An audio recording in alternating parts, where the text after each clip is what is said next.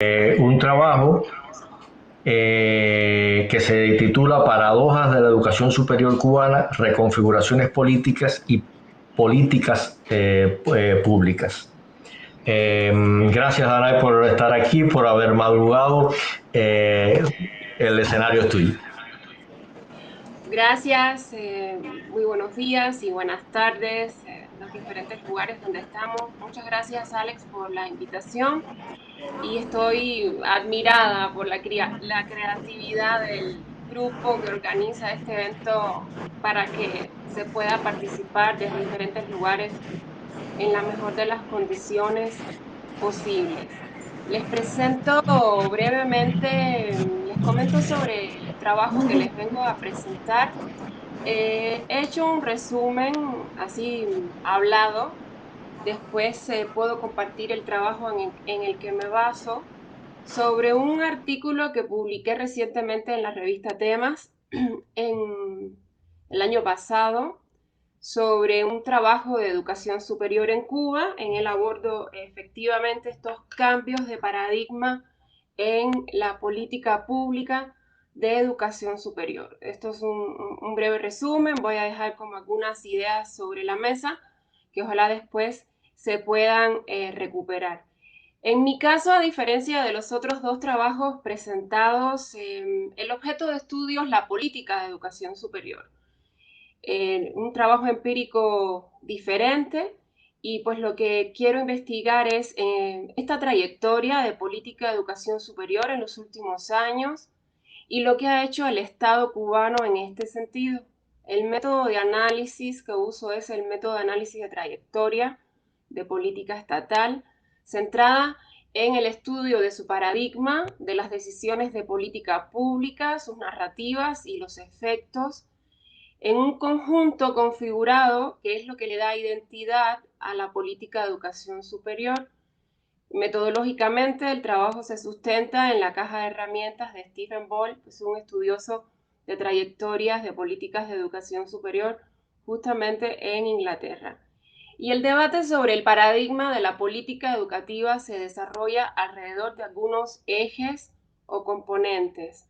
Por ejemplo, el componente social de la política de educación superior, cuánto es una verdadera política social.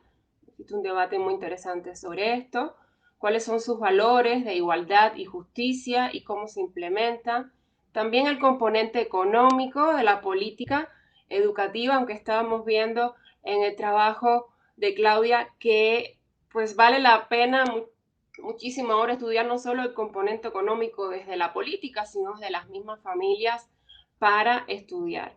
Dentro de ese componente económico se contemplan, por ejemplo, el servicio, el mercado, el progreso en nombre del desarrollo también el componente laboral, otro componente muy importante en el paradigma de educación cubano que es el político, toda esta bibliografía y trabajos que reflexionan sobre la pedagogía crítica, por ejemplo, y por último, entre otros ejemplos, estaría el componente científico técnico o de innovación para el desarrollo. El paradigma de una política es una cuestión técnica, se puede estudiar desde estos lentes, pero también es una cuestión política, porque es de orden valórico, refleja un posicionamiento del Estado frente a un ámbito social como la educación, entre otros, y condensa pues el para qué de su diseño. En Cuba, la trayectoria de la política de educación superior histórica se ha estructurado alrededor de tres ejes, otorgando identidad y funcionalidad al proceso de formación de profesionales. En primer lugar, la dimensión política, en el sentido que hablaba anteriormente, su componente social, dinamizando de manera significativa la estructura social cubana y sus procesos de movilidad, en consonancia con los valores del socialismo cubano. Y en tercer lugar, una intención explícita y que ameritaría muchos más análisis de convertir la educación, de convertir el conocimiento en el principal recurso económico bajo un modelo de desarrollo con base en el capital científico. Estos tres ejes han nutrido históricamente el paradigma dominante de la política de educación y con el tiempo evolucionaron de manera diferente, y valga decir que a lo largo de estos años no han tenido el mismo peso relativo uno en relación a otro en este paradigma. Existe una primera etapa de la trayectoria de la política de educación superior. Estoy pensando desde 59 a la fecha, es un poco largo, lo sé, pero bueno, y se podría debatir, pero esta primera etapa, larga y con diferentes vaivenes, pensada hasta finales de los 90, o inicios más bien con la crisis, donde se quiebran algunos supuestos de este modelo, ha predominado a lo largo de varias décadas en la educación cubana del 59. Su característica fundamental ha sido el uso político de la educación. No quiero aquí ahora decirlo en un sentido ideológico, sino en un sentido que ha dado forma, estructura, institucionalidad, es decir, contenido y forma a todo el sistema de educación superior. Algunos estudiosos han entendido esta politización como un elemento positivo, por ejemplo, en los resultados de educación. Pienso en Martín Carnoy, investigador sobre educación superior comparada, que ha demostrado cómo la institucionalización organizada, centralizada de Cuba ha ayudado en tener los resultados que se han reconocido a lo largo del tiempo. A nivel global, estos lazos entre universidad y política representan una tradición muy importante en las ciencias sociales. Brunner, McLaren, Huerta, Charles, entre otros, han hablado de los lazos intrínsecos entre educación y política. Ahora bien, voy aquí a dar un salto importante en la historia y quisiera llegar a un giro en la trayectoria de la política de educación superior, donde a finales de los 90, producto de la crisis y en un momento nuevo para el país de reestructuración, un nuevo aire para todo el país y en específico para la educación superior, podemos encontrar que dominó un paradigma de política social propiamente dicha en nombre de la igualdad, la equidad, la justicia social. Se caracterizó por una expansión grande de la educación superior. Estoy pensando en lo que todas nosotros vivimos, de la municipalización de la educación superior.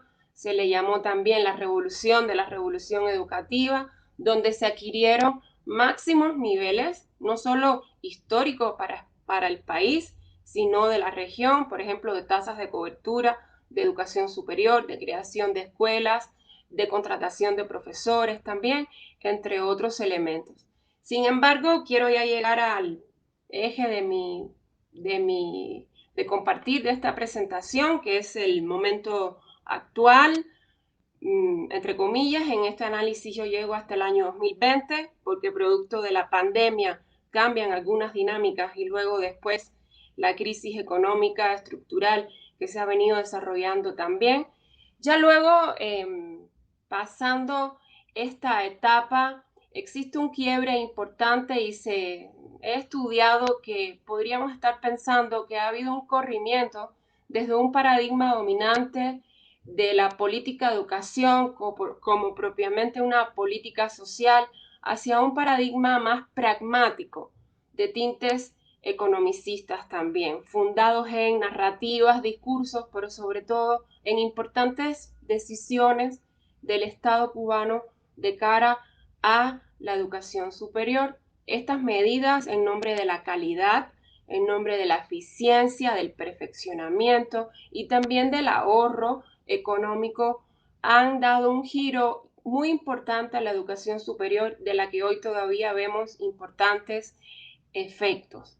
Con esta narrativa política por la eficiencia, resonando en la nueva normatividad después del año 2010 y en adelante, se aprobó, por ejemplo, una resolución ministerial, la 236, que en su letra se puede leer que se concibió como parte del proceso de perfeccionamiento general del sistema educacional, para elevar así la calidad y ajustándose, y esto es lo importante, a las necesidades socioeconómicas del país.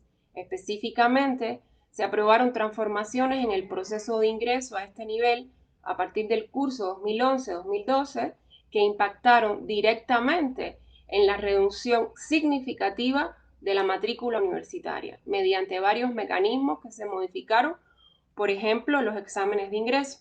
No voy a citar, existe un conjunto más de resoluciones que fueron todas en este sentido, pero que tuvieron un efecto significativo, histórico, como nunca antes en la reducción de la matrícula y otros indicadores importantes. Por ejemplo, estamos hablando de que la estructura educativa en el PIB descendió a partir del 2011 sostenidamente 7,6%, 7,1%, 6,7%, 6,5% y así sucesivamente según los datos de la ONE. Otros datos de gran relevancia tienen que ver con la reducción en educación dramática al compararse con otros rubros de la economía nacional. Por ejemplo, en el 2011 el educativo ocupó el tercer lugar más negativo y que registró la peor caída respecto a sí misma, casi en 10 unidades.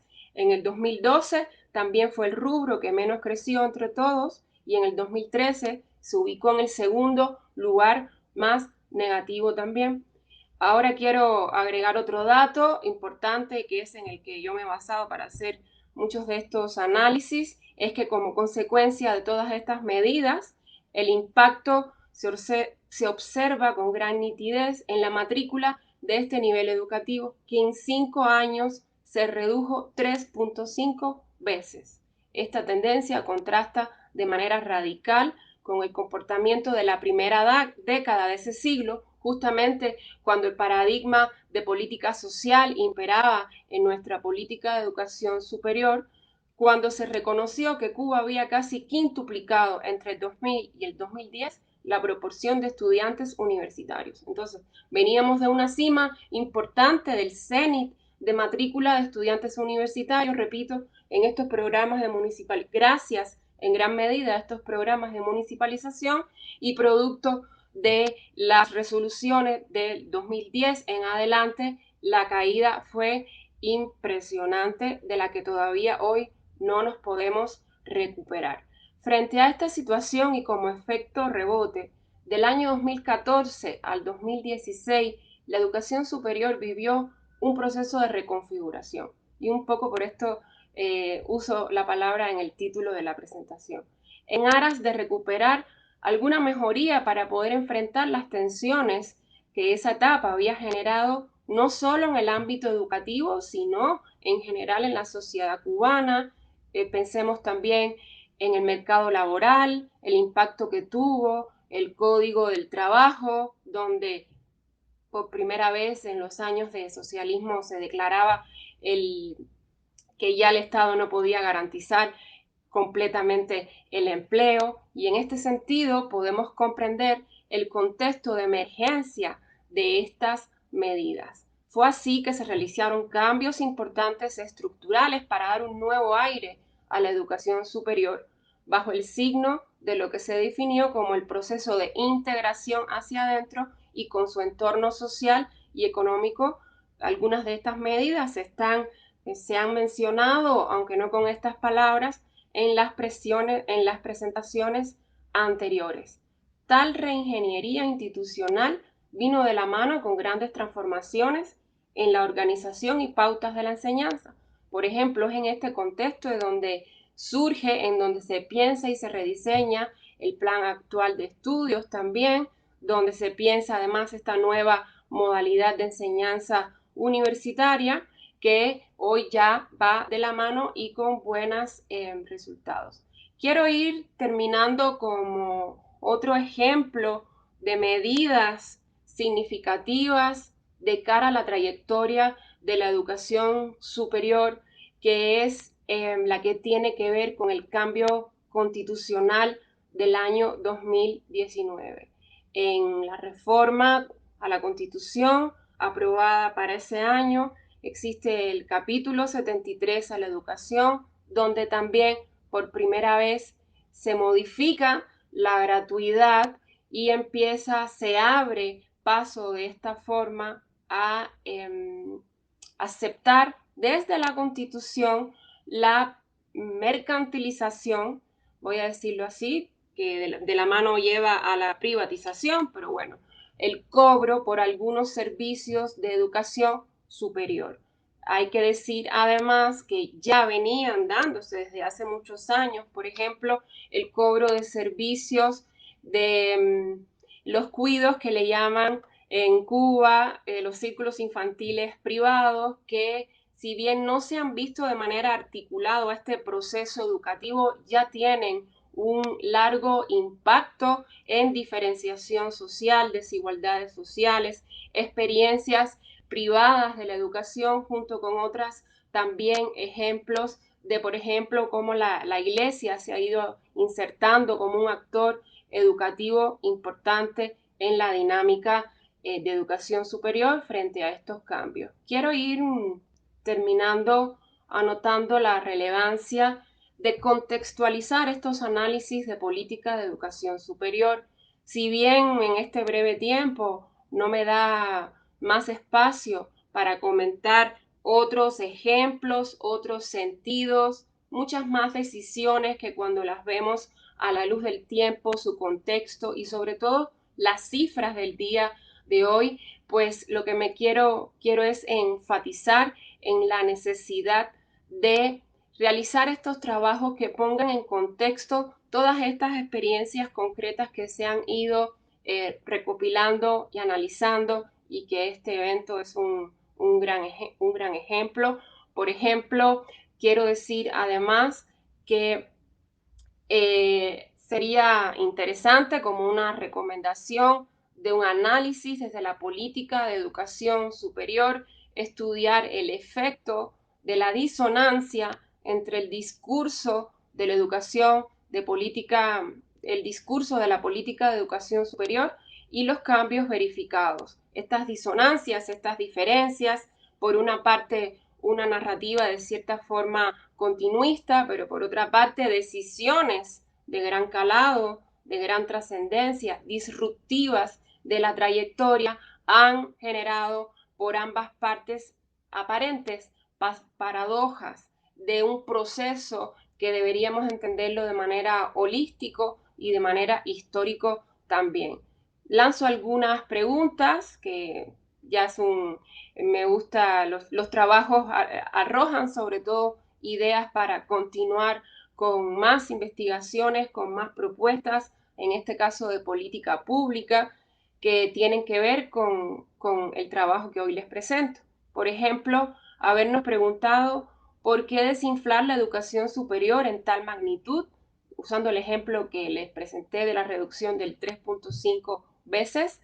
Primero, que se refleja en el primer tramo de la política de educación superior, para después intentar recuperar parte de lo perdido. Este segundo tramo con ajustes positivos para la educación superior. Los cambios se fueron de las manos o no se previó el alcance en extremo negativo que podría tener este cierre abrupto a la matrícula de educación superior.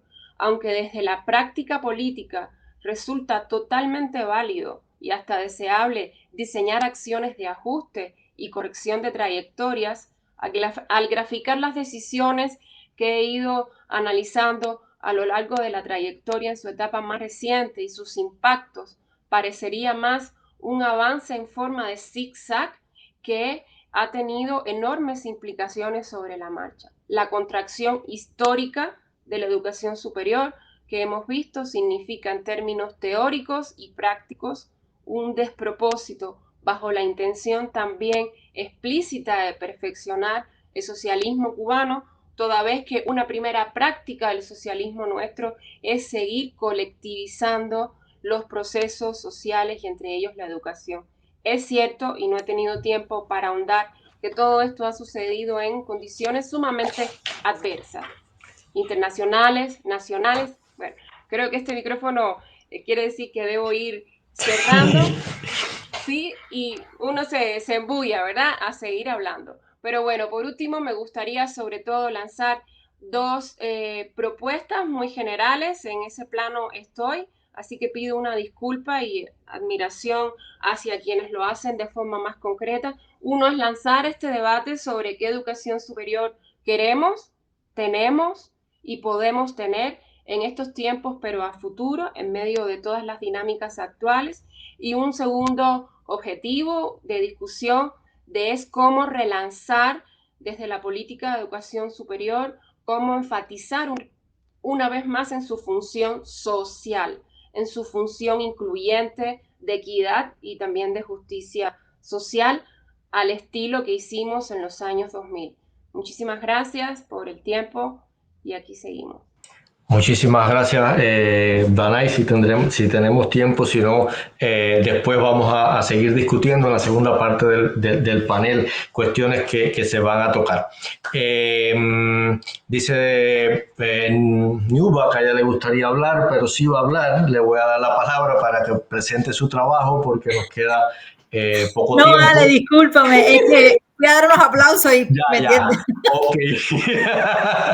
Entonces, Newba, te doy la palabra. Voy a comenzar a compartir tu presentación. Sí, porfa. Y tienes la palabra. Bueno, gracias bueno, Alexander, en primer lugar, por la invitación y bueno, por el espacio, que realmente me he sentido muy a gusto desde ayer. Veo que es una gran familia, como Ale me había contado. Y nada, bueno, voy a cerrar este panel con una investigación que recién está ahora dando sus primeros resultados sobre la deserción universitaria.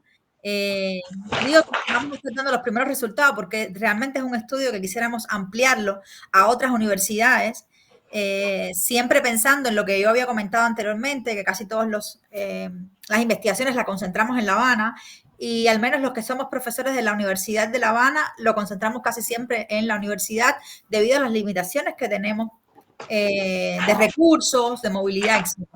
¿Se escucha bien? Sí. Perfecto. Entonces, es una investigación que se está realizando en la Universidad de La Habana, precisamente.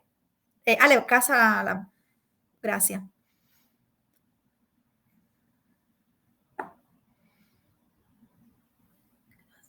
No, ya. En un contexto en que el abandono universitario, que no es un fenómeno reciente, pero se ha agudizado, al menos empíricamente, o sea, no existen investigaciones, pero sí a nivel de informes universitarios, de entrevistas a informantes claves en las secretarías docentes, hemos visto cómo es un fenómeno que posterior a la COVID-19, o sea, el periodo postpandémico, se ha elevado en las universidades y específicamente en la Universidad de La Habana.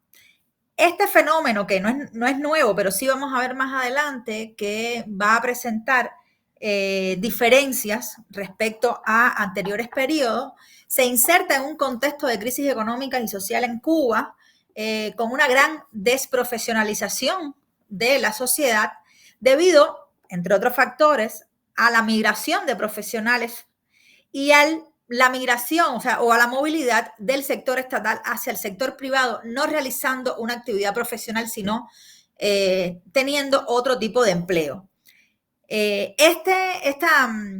Aumento de la deserción escolar, o sea, en este caso universitaria, es un efecto de esta situación macro. Fíjense que hay dos causas de este aumento del abandono que precisamente a su vez son causas de otros fenómenos que están ocurriendo en la universidad, o sea, en la sociedad cubana. Por lo que estamos diciendo que estas causas del efecto de la deserción no solamente se pueden enmarcar en la educación en Cuba, sino son causas de otros fenómenos sociales que Cuba está sufriendo actualmente. Pasa, Ale, por favor.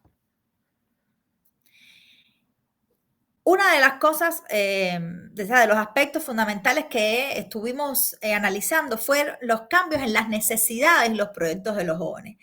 En la segunda presentación, cuando Claudia hablaba de las necesidades de los estudiantes, cómo ellos se incorporaban a trabajar por las mismas razones que necesitaban tener mayores ingresos para permanecer dentro de las aulas, pero también para satisfacer sus necesidades individuales, vemos cómo, si analizamos investigaciones anteriores, los estudiantes ya no solamente van a tener necesidades educativas, ellos sienten según las entrevistas que nosotros hicimos, que los estudios universitarios no satisfacen sus aspiraciones. O sea, ellos van a buscar fuera de la universidad otras vías para satisfacer esas necesidades. Y sus proyectos ya no están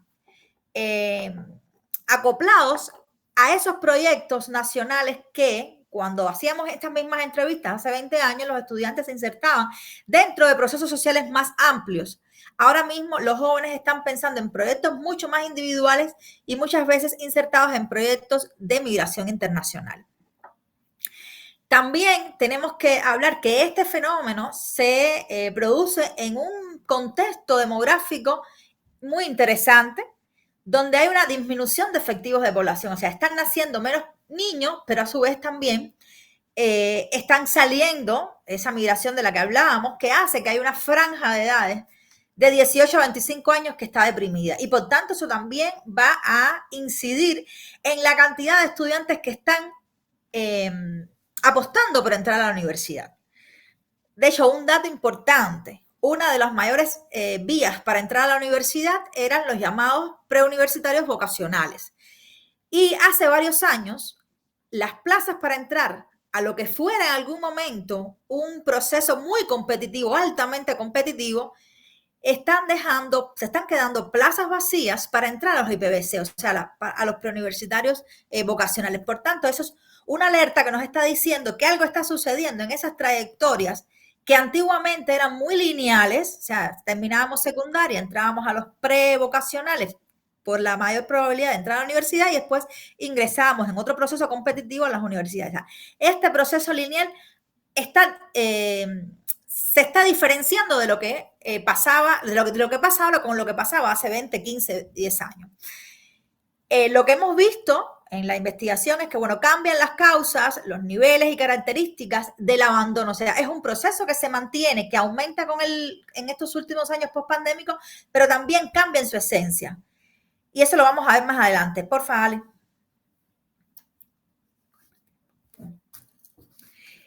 Entonces, como ya comentaba, existe un desconocimiento del fenómeno.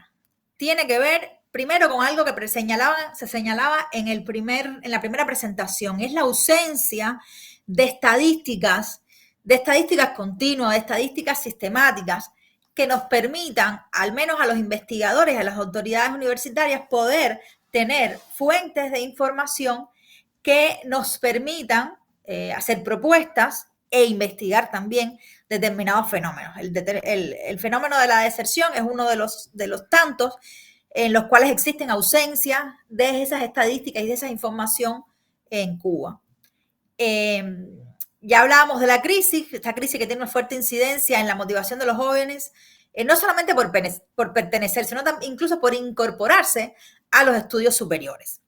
De hecho, una de los resultados que obtuvimos es un incremento incluso de los cambios de modalidad de estudio. O sea, hay estudiantes que no abandonan del todo la universidad, pero después de someterse a un proceso competitivo para entrar a la universidad, incluso lo que hace años era como que tenía más reconocimiento social, que era estudiar en un curso regular diurno, los estudiantes están optando por el cambio de modalidad, de forma tal que permanecen trabajando de lunes a viernes y el sábado van a la universidad.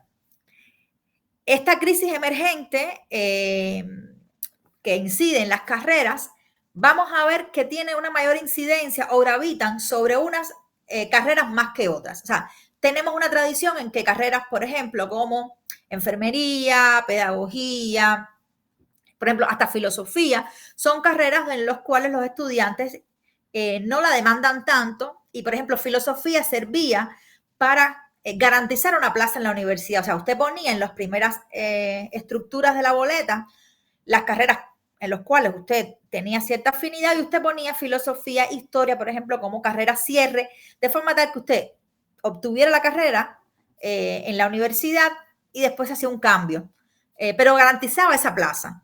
Vamos a ver entonces que ahora ese desinterés, esa disminución de efectivos de población va a estar gravitando sobre más carreras que las que antiguamente tenían pocas plazas. Incluso con entrevistas de expertos pudimos determinar que existen carreras en las cuales se está valorando la posibilidad de cerrar por algunos años y después reabrir, porque están recibiendo pocos estudiantes. Pásame, Ale, por favor. Entonces, hablábamos de que el abandono no es un fenómeno reciente. De hecho, el tema del abandono por sí solo, sí no universitario, el abandono general, ha sido enfocado en Cuba en los niveles medios de educación. O sea, existía por parte de las investigaciones pedagógicas interés por saber por qué los estudiantes que estaban en el nivel medio no terminaban sus estudios. Sin embargo, esto no ha tenido un correlato dentro de los estudios en la universidad. ¿Por qué? Pienso, y esto es a nivel de hipótesis, creo que es uno de los objetivos que tenemos con la investigación, es que hasta este momento las investigaciones de educación superior se habían concentrado básicamente en demostrar que existía una desigualdad en el acceso. Si usted puede revisar de los años 2000, 2020, las investigaciones que emergieron dentro de la universidad, van a ver que el foco estaba en eso. O sea, cómo lograr que todo el que quisiera entrar a la universidad pudiera entrar sin que esto significara que un grupo se beneficiara más que otro. Se concentraban ahí. ¿Por qué? Pienso principalmente porque es que todo el mundo quería entrar a la universidad. O sea, los estudiantes que estaban en el pre se lo planteaban. Y por tanto, el abandono se enfocaba o se concentraba en un grupo muy específico. Entonces, la mirada podía estar dada de por qué existía desigualdad en el abandono, pero realmente no era nada estadísticamente alarmante y por tanto, entonces seguimos con el foco de la equidad, vamos a conseguirla por el acceso, ¿no? Realmente ahora, como ya decía, no se cuenta con una estadística incluso que pudiera permitirnos hacer una comparación de cuánto se ha incrementado esa tendencia al abandono, ese nivel, con estadísticas anteriores. Ale, porfa. Bueno, como ya les decía, es un tema de... Ya, no creo que Ale, la anterior.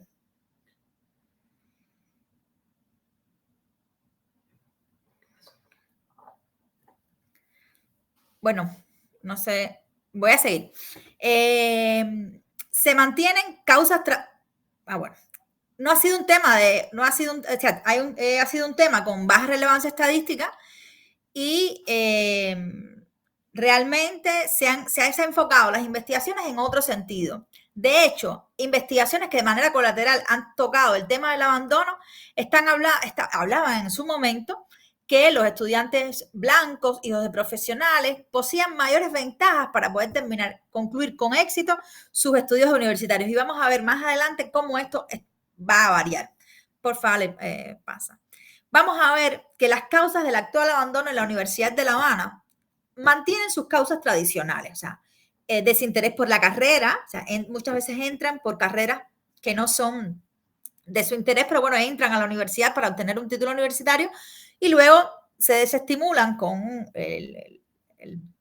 la carrera y se van. Pero a estas causas tradicionales, o sea, y también una de las causas también era el rendimiento académico, estudiantes, por ejemplo, en carreras de matemáticas que no pasaban de curso.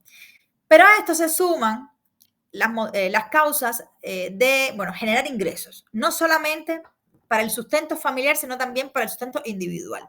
Y eso es algo importante. Muchas veces tratan de mantener de manera paralela el trabajo y el estudio, pero muchas veces el trabajo comienza a ser la prioridad y abandonan los estudios por esa causa. Ya hablábamos de los proyectos de vida basados en la migración. O sea, eso en algunas investigaciones se habla de, un retorno de esos estudiantes a nivel internacional, de esos estudiantes que migren en algún momento y puedan culminar la educación, pero en el caso de Cuba, esa no es la tendencia. Nos está saliendo en muchas de las entrevistas que el cuidado de la vida, cuando me refiero al cuidado de la vida, tiene que ver con dos aspectos. Uno, la necesidad que tienen los estudiantes de ir o dedicarse a cuidar a parte de los miembros de su familia y por otro lado, incluso para el cuidado de su propia salud. Eso es algo que todavía tenemos que seguir trabajando porque es algo que no estaba considerado entre las causas anteriormente y que se suma en un contexto demográfico muy adverso en cuanto a un envejecimiento muy alto, niveles de envejecimiento muy altos. Hay una desmotivación por poseer un título universitario. Los estudiantes no le encuentran razón para obtener un título universitario y que esto se tenga un correlato en sus aspiraciones en la vida, o sea, o sus mejoras en la estructura social. Incluso en algunas carreras, los estudiantes estudian y se van justo antes de graduarse para evitar el servicio social, muchas veces asociado a obtengo toda la información, obtenga todos los conocimientos y salgo al mercado laboral para optar por un puesto privado o incluso para irme del país. Pásame, Ale, por favor. Niwa, si pudieras ir cerrando, que ya te queda un minuto. Ok. Bueno, los niveles. Lo más importante es que aquellas carreras donde hay una baja matrícula, bueno, se reduce el número de graduados y eso tiene una impronta incluso hasta para el claustro universitario, porque el claustro universitario se nutre fundamentalmente de los estudiantes que se gradúan. Pásame, Ale. En cuanto a las características por sexo, año escolar, bueno, una investigación anterior señala que había una diferencia entre hombres y mujeres en cuanto al abandono estudiantil, donde los hombres eran los que más abandonaban. Sin embargo, ahora mismo la tendencia de los niveles de abandono en Cuba no responden a las tendencias internacionales en los cuales los estudiantes se concentran en el primer y segundo año para el abandono. En Cuba se abandona en cualquier momento. Ahora mismo se puede abandonar de una semana hacia otra. Y no, tampoco hay diferencias entre hombres y mujeres, aunque sí, cuando se veamos las causas del abandono, sí. Por ejemplo, cuando hablamos de cuidado a personas mayores, bueno, son las mujeres las que más abandonan por esta causa. Pásame, Ale. En cuanto a las características que tienen que ver con las condicionantes familiares, no existe un patrón en la tendencia. Antiguamente, el abandono se daba en aquellos casos donde las personas no tenían condiciones familiares. Sin embargo, ahora vamos a estar viendo que los estudiantes que solicitan baja a la universidad pueden pertenecer a cualquier familia, pueden tener cualquier condiciones de familiares. Lo que sí destacan los estudiantes becados por las condiciones en los que dicen que les es muy complicado estudiar en La Habana. Y en cuanto a hombres y mujeres, bueno, como decía, se diferencian en las causas, pero lo piden de igual manera. Pásame, Ale. En cuanto a los centros estudiantiles y vía de ingreso, lo mismo. O sea, no podemos decir que existe una tendencia de aquellos estudiantes que entran por pre de la calle o que entran por otras vías, sino que podemos encontrar un estudiante que venga de una vocacional que también te esté solicitando la baja. Dime, Ale, pasa. En un contexto universitario más general, bueno, se han buscado medidas para flexibilizar el proceso de acceso y permanencia en la educación superior. Una es los requisitos de ingreso que están cambiando. Ya vemos las notas a la universidad de las pruebas de ingreso para entrar a la universidad. Ya cambió. O sea, puedes incluso sacar menos de 60 puntos y obtener una plaza. Te dan posibilidades de trabajar de manera legal. Se han incorporado más carreras que hacen su selección desde el 12º grado. O sea, ya garantizan cuota universitaria a partir del 12º grado para que comiencen la carrera universitaria. Sin embargo, esto todavía no está lo suficientemente estudiado, ni los impactos en el abandono de estas medidas. Lo que sí se traducen también en cuestionamientos acerca de la calidad de los estudiantes que están accediendo a la educación superior. Pásame, Ale. Bueno, a manera de conclusiones, existe un desconocimiento del fenómeno, cambios en las decisiones de cambiar de carrera o abandonar los estudios, si lo vemos con investigaciones anteriores de hace 15 o 20 años, los estudiantes planteaban que estaban interesados en seguir estudiando en la universidad. Sin embargo, ahora no te lo plantean así. O sea, sus proyectos están fuera de o sea, a los bajos de la escalinata, no necesariamente en la escalinata, ¿no? Afecta, discúlpame, no termine, afecta algunas carreras más que otras. Y bueno, a manera de incidencia fundamental, bueno, una de ellas es el tema del claustro. Un claustro que ya está muy envejecido, que tiene franjas de ausencia incluso también por salida al exterior o por jubilaciones o por fallecimiento. A esto se le suma que las personas que deben estar entrando cuando terminan las carreras, bueno, realmente no está sucediendo ese tránsito. Y por último, nos recomendar la creación en aquellas universidades que no existen el funcionamiento en los que ya existen, pero además articulación de los observatorios sociales que en algunas ya universidades han comenzado a funcionar. Eso pudiera estar monitoreando estos procesos, no solamente del abandono, sino otros, pero tendríamos este fenómeno al menos situado como punto importante o como foco importante para las investigaciones. Revisar las medidas existentes para el abordaje del fenómeno, como ya decíamos, para ver cuál ha sido el impacto que ha tenido a partir de su ejecución. Y también, y voy a acorde con la presentación de Claudia, destacar la pérdida económica que tiene el abandono para la familia y para el individuo. No solamente destacar cuánto pierde el Estado cubano cuando un estudiante abandona sus estudios, sino que en el caso de las familias cubanas también ha sido una inversión en esas trayectorias educativas y realmente no se cuenta, no se contabiliza cuánto ha sido esa pérdida. Muchísimas gracias. Muchísimas gracias, Nubia. Nosotros estamos corriendo hace 15 minutos overtime. Estamos en tiempo de receso, pero creo que va a ser provechoso que podamos también aprovechar este tiempo para hacer algunos comentarios, para hacer algunas preguntas de forma general a Danay, a Nuba. Claudia todavía está por aquí, así que podemos aprovecharla también. Y a mí me gustaría empezar, tomarme el privilegio de la palabra para preguntarle a Nuba cuánto los procesos migratorios actuales están afectando. Dos preguntas. ¿Cuánto están afectando los procesos migratorios esta situación del crecimiento del abandono sin ninguna tendencia específica, sino que en cualquier momento sucede? Y cómo las mismas estrategias institucionales afectan el desconocimiento del fenómeno del abandono, teniendo en cuenta que la solución que se le da a los estudiantes cuando muchas veces se va a ir o pide una licencia. Los muchachos se pasan 1 o 2 años de licencia fuera del sistema, están supuestamente de licencia, una matrícula pasiva, no abandonaron, pero nunca se incorporan al proceso. Y ¿será que esto también está contribuyendo a un desconocimiento de lo que está pasando? ¿Por dónde van esas personas?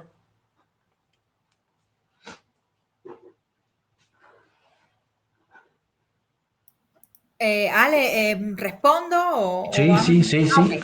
Bueno, voy a empezar de la última, que tiene que ver con la forma en que las secretarías docentes están recibiendo el dato y están dando la información de cuántos estudiantes abandonan. Efectivamente, no solamente por la licencia, o sea, existen otras variantes en las cuales los estudiantes tienen un tiempo, incluso, por ejemplo, postergación de las tesis, no se gradúan este año, no han pedido licencia, pero se gradúan el otro año y en ese tiempo pudieran pasar muchísimas cosas. O sea, existen determinadas alternativas que los estudiantes están buscando y que las secretarías no están controlando y por tanto no pueden dar el dato a las autoridades universitarias. Y ahí está escondiéndose mucho abandono. O sea, muchas cifras del abandono se ocultan en esas estrategias que buscan los propios estudiantes y que incluso están dando las autoridades universitarias para tratar de, en mi opinión, esto es mi opinión, para postergar un problema que está, porque la estadística, al menos lo que nosotros estamos viendo en los estudiantes que estamos investigando es que no retornan, tienes la licencia. Cuando se vence la licencia no retornan. O sea, hay un importante porcentaje de esas licencias que terminan finalmente en un abandono completo. Entonces, o estudiantes que están postergando los estudios o que están llevando dos o tres asignaturas, como nosotros decimos, de arrastre, y realmente eso al final está terminando en un abandono. Sin embargo, en las cifras de la Secretaría te están diciendo que tenemos tantos de baja, tantos de licencia y tantos de postergación de estudios. Eso es un primer momento. Y en cuanto a los procesos migratorios, igual, esta es mi opinión a partir de lo que estoy viendo, quizás en otras universidades tiene otra realidad diferente, pero la mayor causa del abandono ahora mismo es la migración y, bueno, el tema de irse a trabajar. Pero para mí, lo que hemos visto, ya decimos, no contamos con estadísticas para eso, es a nivel muy empírico de esta pequeña investigación, es el tema de los proyectos migratorios. De los proyectos migratorios que pueden ser en ese momento, pero pueden ser, o sea, a largo plazo, porque hay estudiantes que tienen restricciones.